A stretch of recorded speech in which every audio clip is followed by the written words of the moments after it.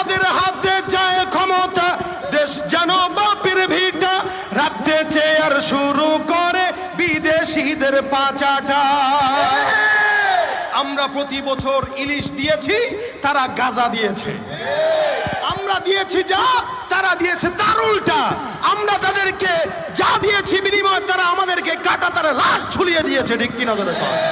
যাদের হাতে যায় ক্ষমতা, দেশ যেন বাপের ভিটা, রাখতে চেয়ার শুরু করে বিদেশিদের পাচাটা।